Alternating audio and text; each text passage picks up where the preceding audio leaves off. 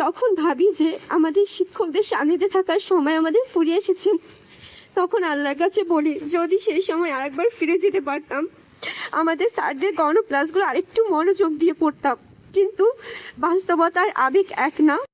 আজ আমরা একটা বিশেষ উপলক্ষে এখানে উপস্থিত হয়েছি।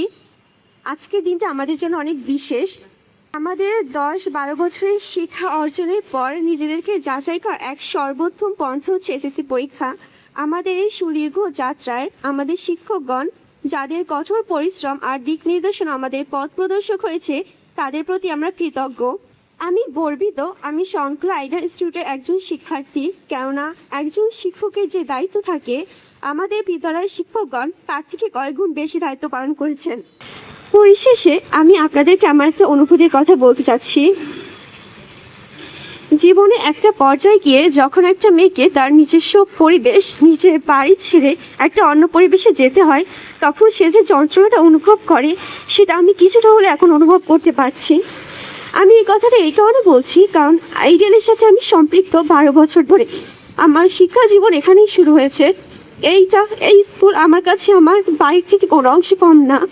আমার শিক্ষকগণ যারা আমাদেরকে এত ভালোবেসেছে, যাদের চেয়ে আমাদের সুন্দর ভবিষ্যৎ গড়ে তোলার পিছনে যাদের চেষ্টায় কখনো কোনো কমতি ছিল না, আমাদের শিক্ষকগণ আমার কাছে আমার মা বাবার থেকে কোনো অংশে কম না। তাই মনে হচ্ছে যে আমি আমার এই বিদায়ের সন্ধিক্ষণে দাঁড়িয়ে মনে হচ্ছে আমি আমার স্কুল না, আমার বাড়ি, আমার পরিবার থেকে দূরে যাচ্ছি। আমি জানি আমাদের শিক্ষকদের সাথে আমাদের সম্পর্ক আজীবনের, সেই সম্পর্ক কখনো শেষ হবে না। আমরা আজীবন আমাদের শিক্ষকদের শিক্ষার্থী হয়েই থাকবো। কিন্তু পার্থক্য এইটাই যে আমরা এখন আর আমাদের শিক্ষকদের সান্নিধ্যে থাকতে পারবো না। এরপর যখন আমরা স্কুলে আসব, তখন আমাদের শিক্ষকদের ক্লাস করার সৌভাগ্য হয়তো আমাদের সেরকম হবে না। হয়তো ক্লাসরুমে সেই বেঞ্চগুলোয় বসার তারা আর থাকবে না আমাদের।